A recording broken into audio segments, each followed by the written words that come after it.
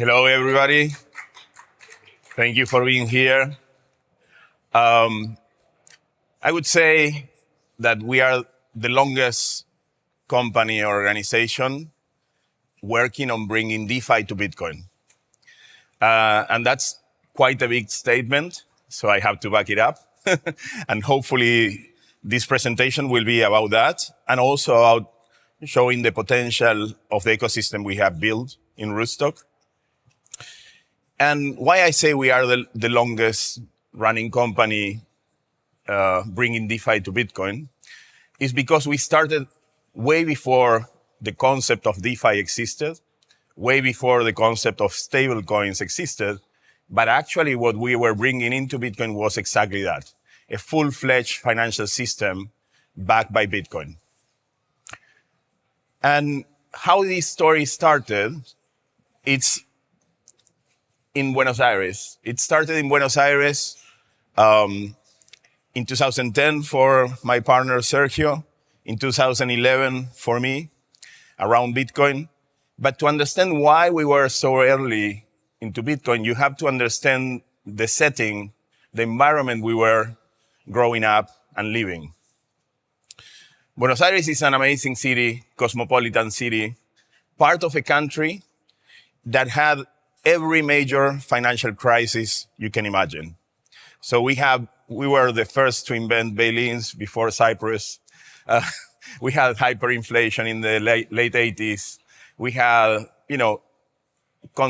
lock-ins for money in banks, financial controls, capital controls across the world for years and years. So anything you can imagine, devaluation of the currency, huge devaluation of the currency, like slashing zeros, like there's no tomorrow. So that's the environment where we got connected to Bitcoin. And that's why I always say Argentina in particular, but Latin America in general, are the perfect environment for Bitcoin and crypto to thrive. Because we know the consequences of having a fraudulent financial system managed by politicians.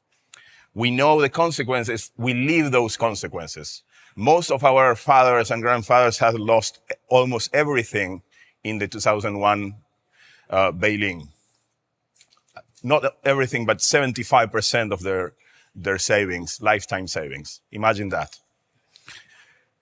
And, that's the reason why Bitcoin has one of the biggest communities in Argentina. So we have the longest running community and one of the biggest, more active Bitcoin communities. And also because of that, is one of the biggest and longest running crypto communities where many of the big projects from Ethereum were born as well. So that combination of understanding the value of having a reliable financial system, and understanding technology, because also we have amazing developers, like a big developer community, make the perfect environment for Bitcoin to thrive and to be understood. And Rootstock is the convergence of two paths. On my side, I got into Bitcoin in 2011. I didn't get it. I think like most people have the same experience. And 1 year later, my dear friend Wences Casares brought me back in early 2012. And, told me, Dieguito, you have to look at this. And I said, yeah, Wences, I already saw it. We are friends from the 90s, from the .com times. And he said, no, you have to do this. So he sent me 5,000 Bitcoins. I was in Buenos Aires. He was in Silicon Valley. Basically, in Argentina, we had capital controls. It was almost impossible to get money in and out. And when I had that experience, I said, this is how a free, open financial system could look like. We didn't have to ask permission from anybody. We did that exchange peer to peer. And that's when I said, I will leave everything and devote myself into Bitcoin. And that I did. I started creating with the two gentlemen on the side. I'm holding the camera. I'm not a cameraman, but that was a game. The two gentlemen on my side Rodolfo Andrañez and Franco Amati are my partners in building the Bitcoin community in Argentina, the Bitcoin communities in Latin America, La BitConf, the longest running Bitcoin conference in the world, now with 11,000 people going every year. Also, we did La Bitconeta, a band roaming around Latin America. And at the end of that process in 2013 of like building the communities, or not I would say the beginning, but where the foundations of the community were there, I decided I wanted to devote myself to see how Bitcoin could serve everybody. With the volatility Bitcoin had back then, and I think with the volatility that still has, it was impossible to bring Bitcoin to people who was living day by day, week by week, month by month. So we needed to create a full financial system with what now is called stable assets. But I didn't want to do that with counterparty risk. I didn't want to replicate the intermediation model that we have in the traditional financial system. I wanted to build everything with the ethos of Bitcoin. So with that idea is that we started doing some experiments in the slums of Buenos Aires to try to understand what we needed. And then we realized we needed a stable asset. We needed stable, maybe an Argentinian peso, ideally a dollar to escape inflation.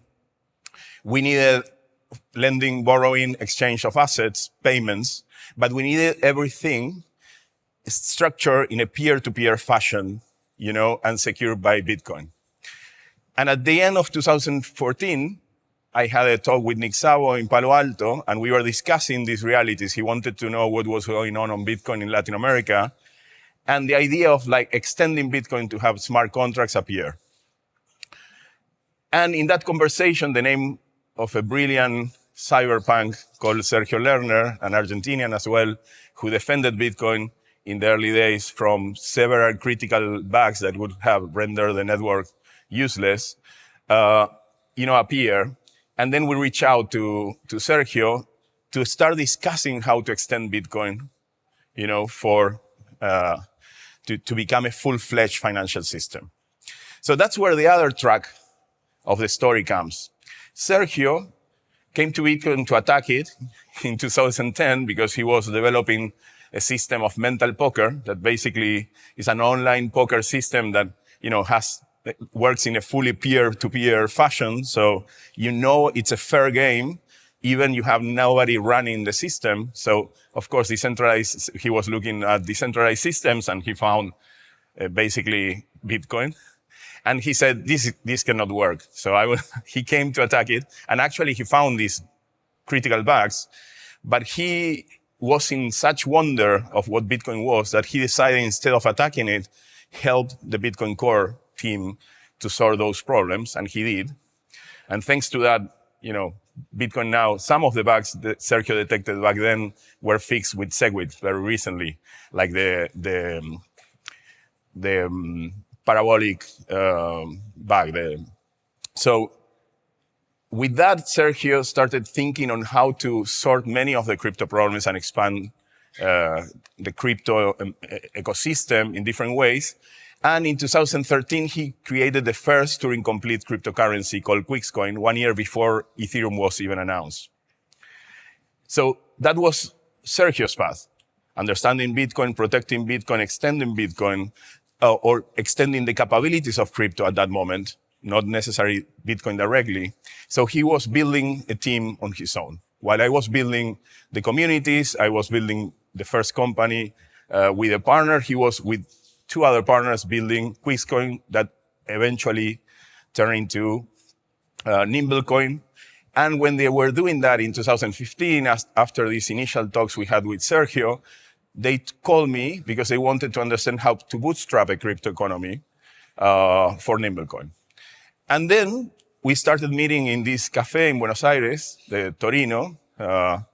It's very peculiar because they give you like a latte that is basically like undrinkable. It's like so big that you can never finish. So we have this joke every Thursday when we were meeting, like, who will finish the latte? And nobody did. It's like we were always like 3/4 up to it. But then in this conversation, we say, guys, why instead of like launching a new cryptocurrency, with what it implies is providing liquidity, acceptance for a cryptocurrency, launching, bootstrapping a new network from scratch. Why don't we go for this idea we had of like expanding Bitcoin into a full-fledged financial system? And then Sergio started working with all the knowledge he has been building over the years. He built the white paper of Rootstock. And we shared that white paper with 5 people we respected, Andreas Antonopoulos, Nick Szabo, Eric Borges, and Roger Ver, that was at that moment the Bitcoin Jesus. So, Nick got excited and tweeted about it. So in October 7, 2015, he said, Rootstock, the best of Bitcoin and Ethereum under one roof. And that was it. It's like the thing was in the wild. We say, if we don't tackle this, then somebody else will do it. So we went full ahead to build it. And in 2018, on the birthday of Bitcoin, we went live. And what we created was the first DeFi layer for Bitcoin in production. It started with 5% of the hashing power because it's merge mined by the Bitcoin miners. It started with a PowPeg that had limited allowance in terms of the Bitcoins that could hold. And over the years, became what it is today. Recently, we reached 87% of the hashing power of Bitcoin. So almost all the Bitcoin miners in the world are both securing Bitcoin and Rootstock at the same time. That peg that it started with a small cap of 100 Bitcoins now is hosting 3,000 Bitcoins. It's the longest bridge to Bitcoin in existence without a hack, with 3,000 Bitcoins at stake.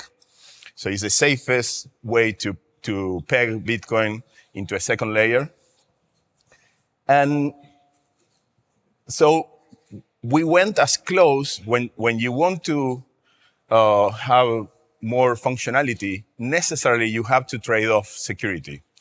But in our model, we believe we need to build a system, with a layered system, where we will have delegation of concerns. So in our model, Bitcoin is maximized for security, sacrifice functionality and scalability for the sake of security, because Bitcoin is the store of value layer. So that's where you want to store your wealth. And then once you have that wealth securely stored, you can use that wealth as the foundation for having economic coordination. So on the second layer, what you have is Rootstock that handles economic coordination. So it allows us to have agreements, economically bound agreements, that will be there available 100% of the time. So we share with Bitcoin that data availability of 100%.